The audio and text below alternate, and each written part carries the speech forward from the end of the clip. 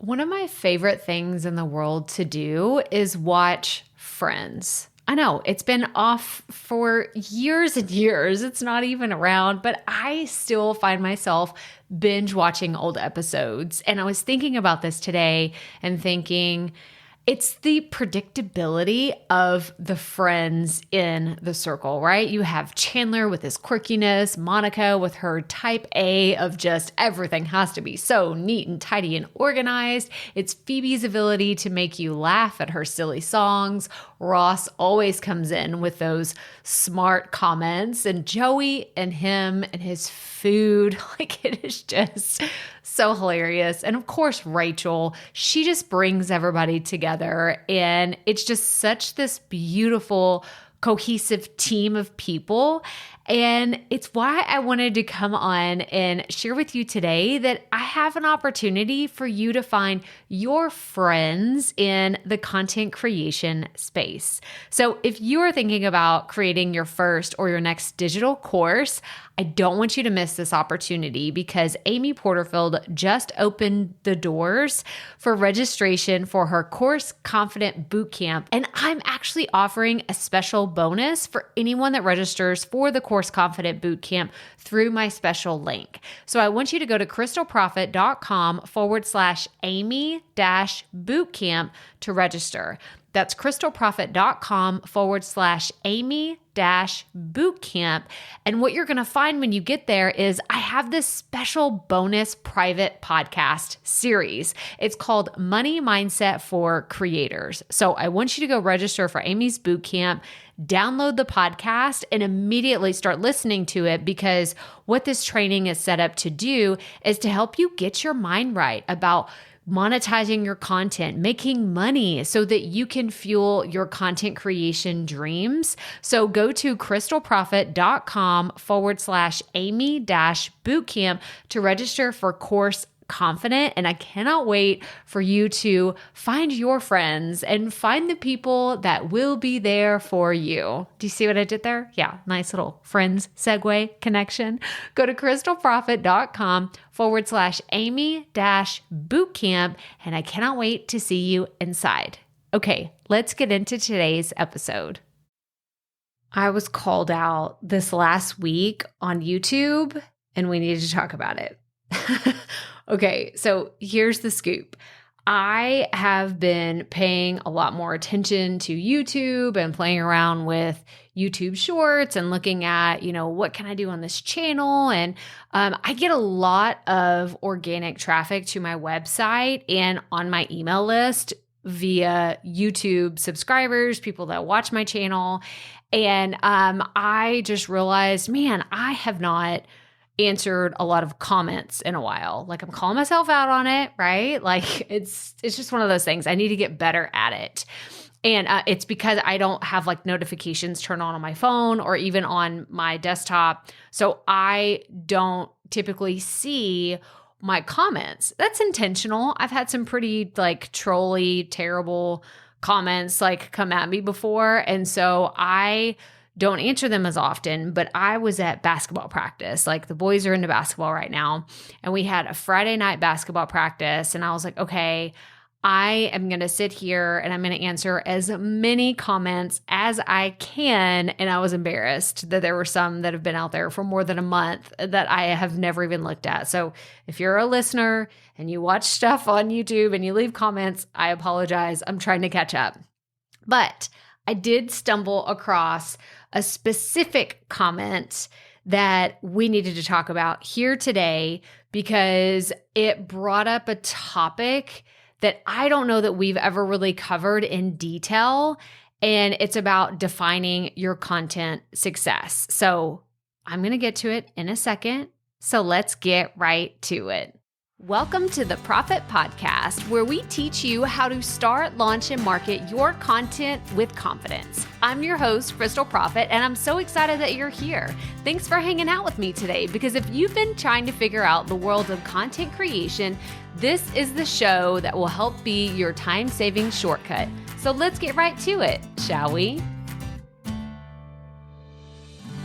Okay, that intro felt a little weird. It was like, well, is she going to read the comment? Is she not going to read the comment? I'm going to read the comment, but I was like, wait, should I go into it or not? So this is just one of those things where if you're like trying to plan out your episodes and you start recording and you're like, that sounded a little weird. Well, it's okay. Just keep going. Okay, this is just like my little interlude of calling myself out that was a weird transition from then to now, but here we are.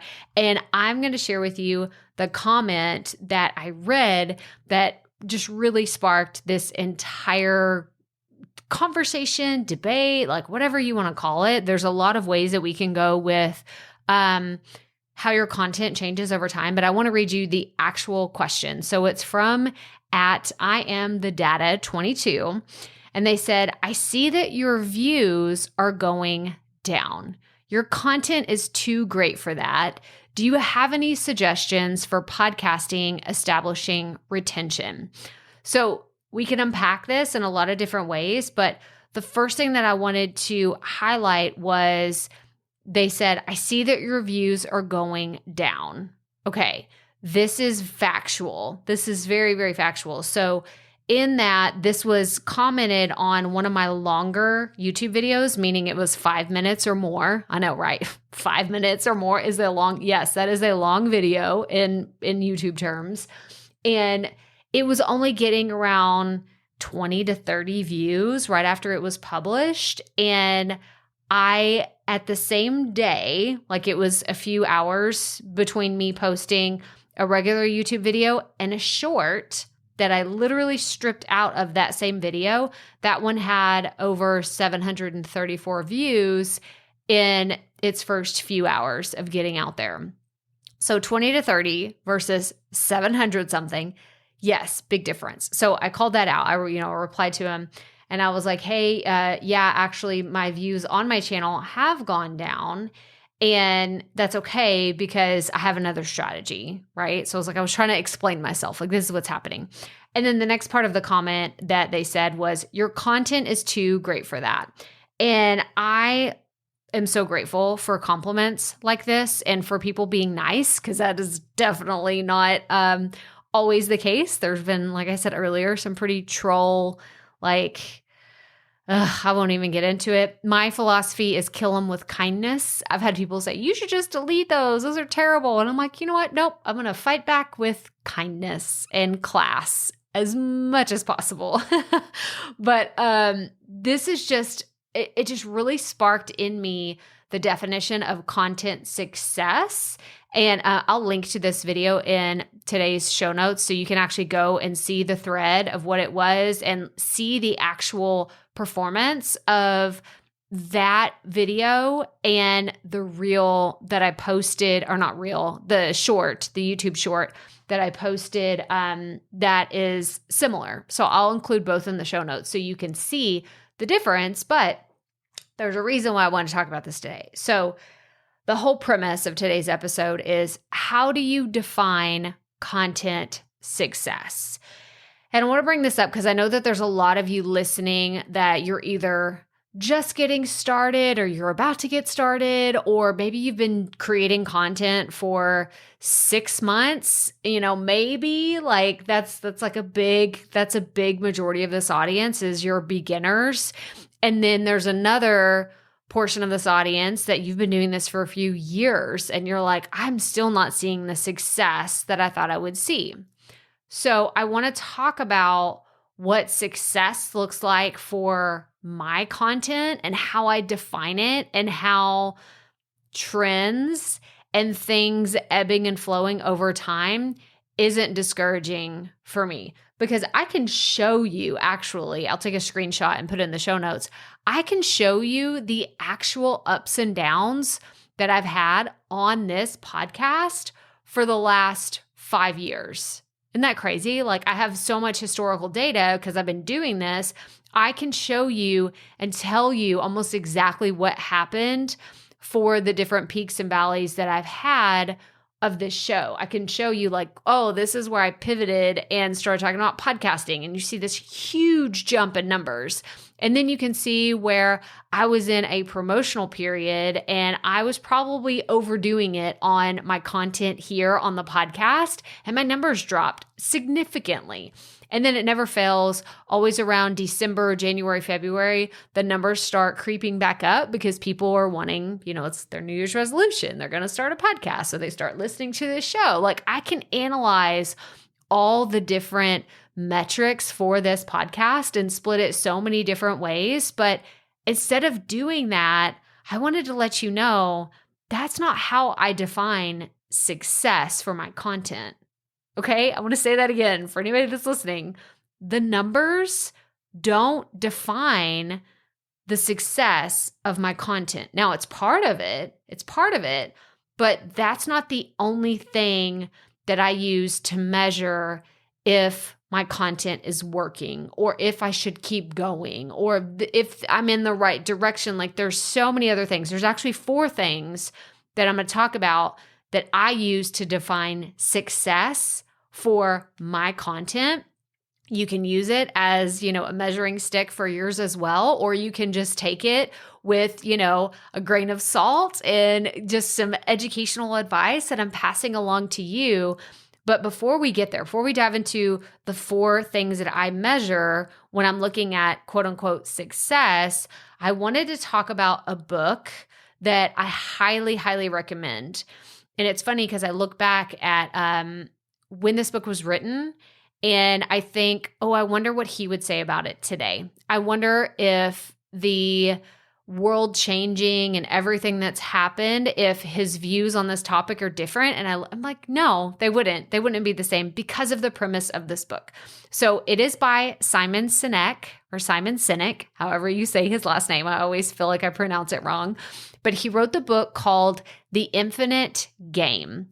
And this was in 2019. And it's funny because I thought I was going to open the book. I was like looking at it before I started recording. I thought I was going to open it and have like a baggage claim or like an airline ticket fall out, because I remember I bought this in an airport. I bought this book in an airport on a whim. I was going through and I was like looking at magazines, looking at everything. And I was like, do I want a magazine? Do I want to buy a book? Like, what do I want to, because it was a long trip.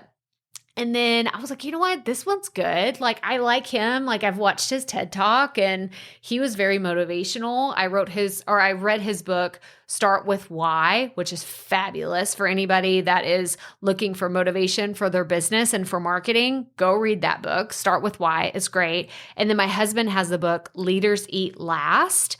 And that is another one that is highly, highly, highly recommended. But The Infinite Game, it was a game changer for me. It really was. And that's because it has you looking at the people that have played finite and infinite games over the course of history and how we should look at our journeys similarly in the infinite game. And so what I mean by that is, for me, when I look at content, I don't see a finish line. Like, I don't see, I've reached 1,000 podcast episodes. Now I'm going to stop. Or I've hit, X amount of dollars in revenue. I don't need to put any more effort out there, right? I don't look at business that way. And I don't look at my content that way. I don't look at it as I hit, 100,000 downloads. Woohoo, now I'm fantastic. Now I'm done. Like, let's just hang up the mic, hang up the headphones. Like, we don't need to go any further. And I have a feeling you don't either. You haven't hit this big milestone. You haven't hit your 20th episode and you're like, okay, that's all I wanted to do. I'm good. I'm gone. No, you look at it as an infinite process, even though we know, right? I'm not going to be podcasting forever and ever and ever. And I may not be doing YouTube forever and ever and ever. But if you look at how you are creating your content today and the things that you're doing today, if you look at it on an infinite timeline, then the pressure to be quote unquote successful tomorrow is off. Like, it is off your shoulders. And I know that there's some people listening and they're like, no, Krystal, I have to make money. I have to make this work. I have to do this. If that is your situation, if you have to make money with your content tomorrow, you may need to go get a job. You may need to go get a part-time job. You may need to have another, because content in and of itself, it is a process. I'm not saying you can't, right? I'm not saying that you cannot make money with content, but it's something that you can't rush. And there's a few reasons why. You can't rush it because, one, it feels forced and people don't like that salesy, like, hey, here's my thing, buy it. Like you're a used car salesman. And I'm sorry to hate on used car salesmen all the time, but there's a reason. There's a reason why they are categorized as like, oh, you don't want to be a used car salesman. Just go to a parking lot, go to a sales lot on a Saturday and just hint that you may be looking at something and you'll understand what I'm talking about. But anyways, I digress and apologize for all the used car salesmen out there that are good, but content is not going to happen overnight. You're not going to hit 1 million downloads as soon as you publish your podcast. You're not going to hit, 100 million subscribers on your YouTube channel right after you get started. It is a long game. It is a marathon. It is not a sprint. And I think that there is some misguided information out there that would tell everybody else otherwise. And as someone that's been here for 5 years, there's other people that have come and they've gone. They've hit this momentous success very, very quickly, and they've fizzled out and they are nowhere to be seen in this space anymore. So as someone that's been here for a while, I can tell you that I look at it as an infinite play. I don't look at it as you hit this one point in your journey and you can just kick your feet up on the desk and say, you know what, I'm good. We're just going to coast and see where things go. I mean, I guess you can, but things will eventually run out. That's not going to last very long if you hit that, I guess, I don't even know, stride. You want to call it a stride if you have your legs propped up on the desk, but you get what I'm saying, right? If you're in a marathon, you got to keep going. And who knows where it's going to lead you. It could lead you to an Ironman. It could lead you to a triathlon. It could lead you so many other places. But at the end of the day, I don't see it end in all the things that I'm creating. I just see new adventures. I see new journeys ahead of me. And I see getting to the point where, one thing may finish and the doors may close on something, but that's just a chapter. That's a chapter. That's not a final destination. That is something that is just a pin mark, right? Imagine those maps where you see people put a map up on the wall and they put a pin where they've been on their journey. That's how I see all the different things that I'm creating, all the different things that I'm learning. So I want to get into what I do use to define success, because I think it's important for, like I said, you can take this with a grain of salt, or you can just sit back and listen to what I do that has helped me not put so much pressure on myself, because I think that we can get super, super hard on ourselves and get to this comparison trap of, well, they're doing that and I should have this and I've been doing it. There's all kinds of things. So going back to the original point of this conversation, right? That comment that said, I see your views are going down. That doesn't discourage me. And here's why. So number one, this is how I define success. Number one, my channel growth over time.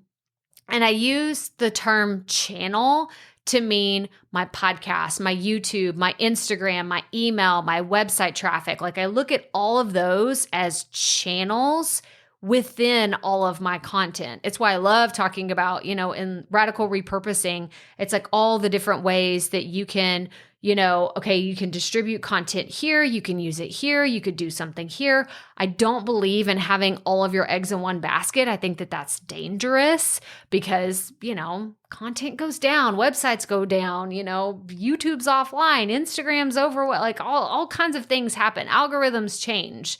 So I don't think putting everything all in one basket is a smart move, but I look at all of my channels and asking the question, has this grown over time? Has it grown in the last 12 months? Okay, then that's green check mark success if we've gone up in these areas.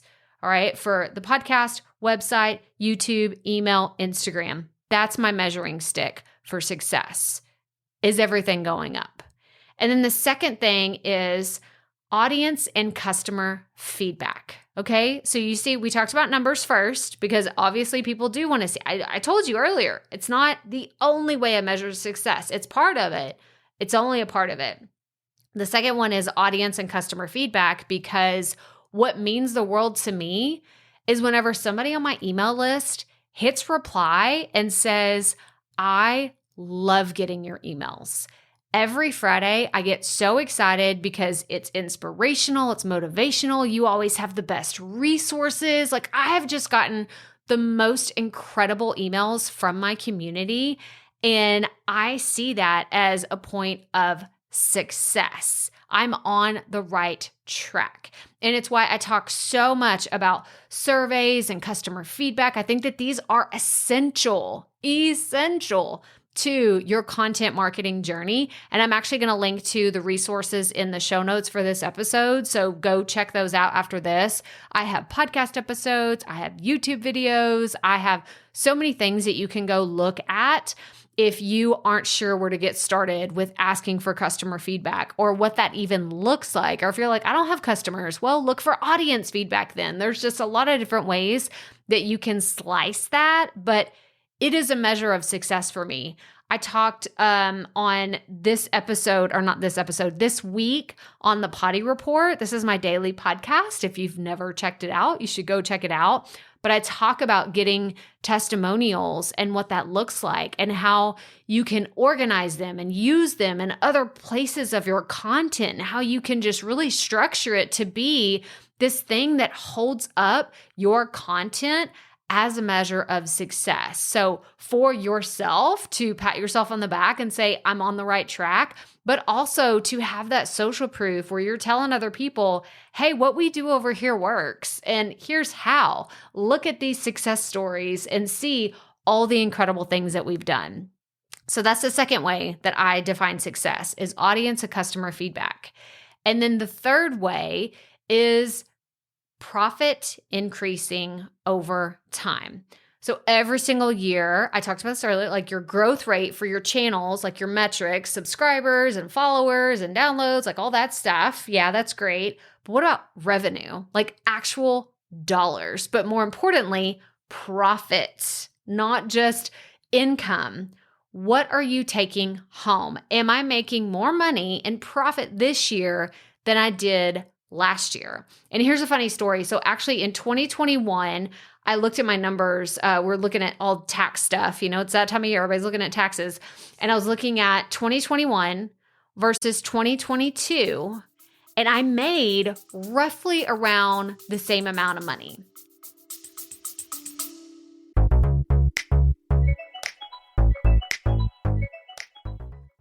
Being a woman in business comes with its own unique set of challenges, but also so many opportunities. We get ahead by leaning in to what makes us different from business as usual.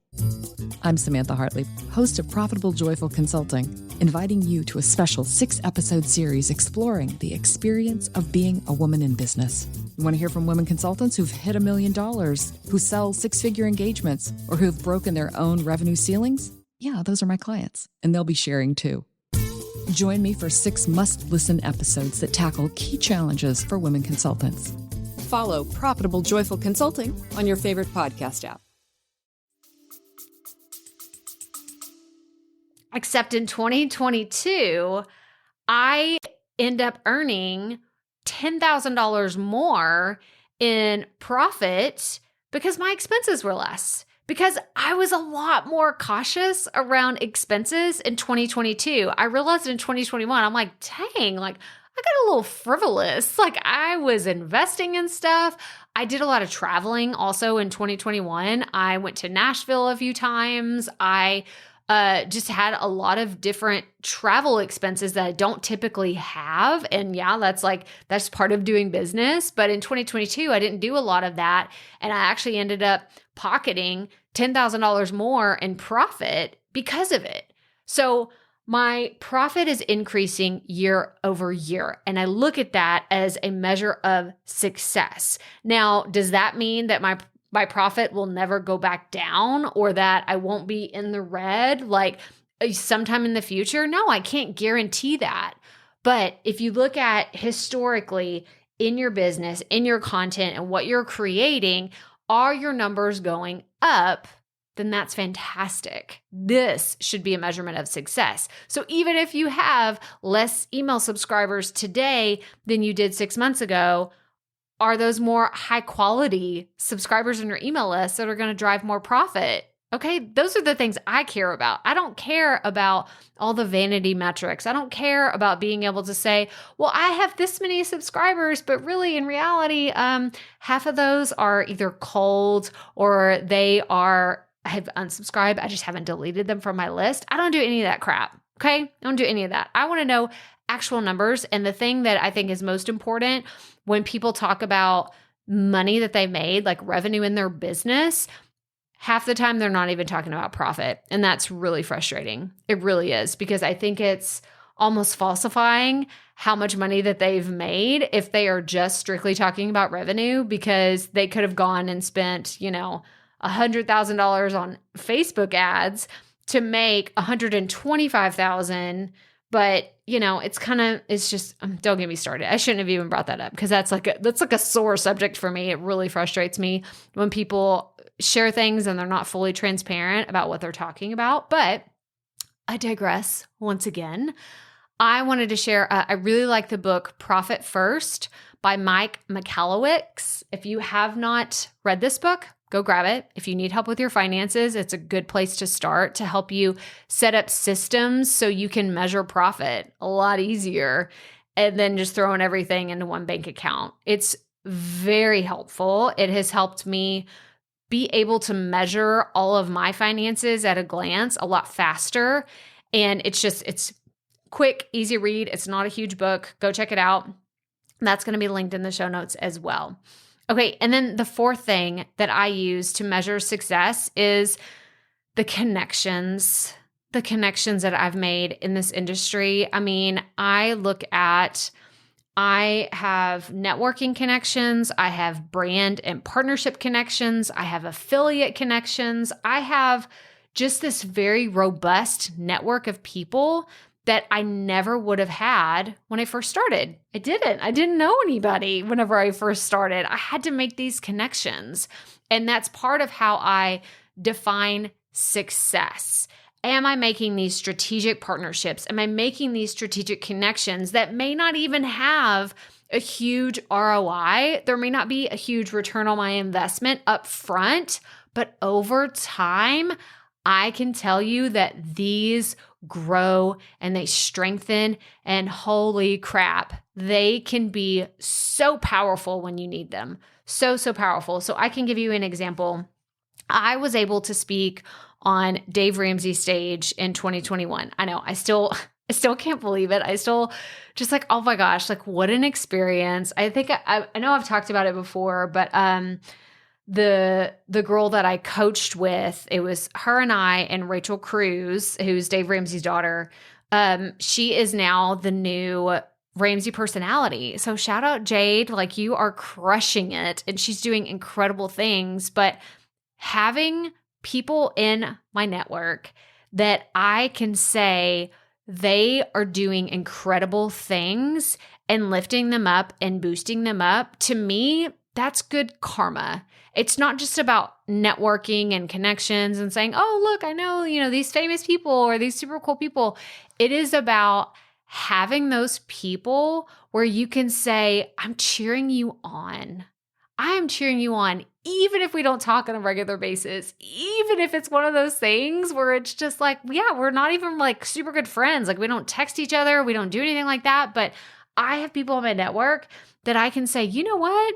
I bet if I called and asked them for a favor, they'd at least be willing to listen. They may not, it may not be something that's on their radar or may not align with their calendar. But I have another fun example that I'll share soon. But I have some requests and favors that I recently asked for people to contribute to Profit Podcasting. And it's really cool how fast people said, heck yeah. Like, yes, absolutely. I would love to team up with you and I'd love to help you. Like, I was kind of blown away that these people were like, immediately said yes, immediately were on board with it. And I think it's all about the connections that I've made with people over time that are genuine, that aren't forced, that aren't about, well, you scratch my back and I'll scratch yours. Like, it's none of that. It's just genuine human connection with people. That success is priceless. It really is. It truly is. Whenever you can say, I have this community of people that genuinely are there whenever you're in a rut, whenever you're stuck, whenever you need help, or whenever you just need to celebrate. This is another thing, having people in your corner to celebrate with you when things go your way. There's just nothing like it. It's so valuable and it is priceless. So let me do a recap real fast. So how I define success, it's not just about the numbers, though those are in there. There's other important things for you to consider. So number 1, your channel growth over time. Number 2, audience and customer feedback. Number 3, your profit increasing year over year. And number 4, connections, those beautiful relationships that you create with other people in your space. Oh, this is a fun one. And I love that this came from a comment that was made that was kind of like, hey, you know what? I see that your channel may not be performing as well. And I'm like, that's okay. Like, that's okay. If your numbers are down or you had a bunch of people unsubscribe because you were in the middle of a launch, then it's okay, because that's not going to be the only way that you define your success. It shouldn't be, at least. I hope that it's not. And maybe if it has been up to today, you have a new, fresh perspective and a new way for you to look at the definition of success for you and for your content. But that's all I have for you today. This was so fun. I love talking about this. These kind of behind the scenes moments of looking at how you can evaluate your own content and measuring success is just one of those things I wish I would have thought about whenever I first started. It really is, because I was putting so much pressure on myself to be very, very popular, very, very successful, very making millions and millions of dollars, like right after I started. And when I wasn't, I felt like a failure. I felt like a loser. I felt like what am I even doing here? And over time, I can tell you that when you change the measuring stick for success and you look at things differently, then things can change. And it's just, the journey becomes that much more beautiful when you think about it in terms of the infinite game. So I hope you enjoyed today's episode. This is one last final reminder that if you're listening to this in real time, B-School with Marie Forleo is closing. It's actually, the doors to enrollment are shutting down on Thursday, February 23rd at 6 p.m. Central. So I had to get my final plug in here today for you to go check it out. I am a proud affiliate and partner with them, and it's going to be so much fun. So go to krystalprofit.com/B-School to learn more about it today. But as always, remember, keep it up. We all have to start somewhere.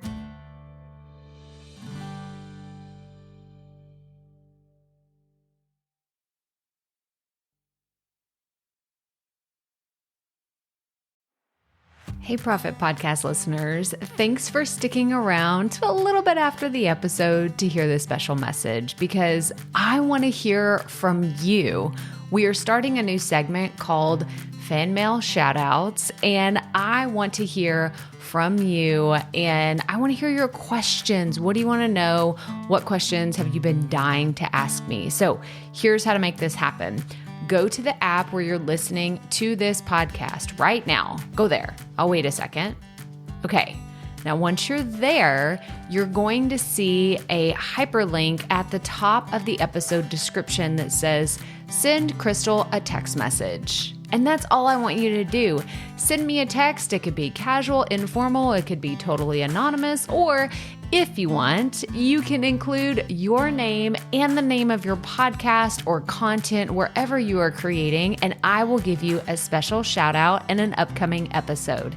So again, go to the show notes for where you're listening to this episode right now, and it will say, send Krystal a text message, and I cannot wait to hear from you and give you a shout out in an upcoming segment of fan mail shout outs.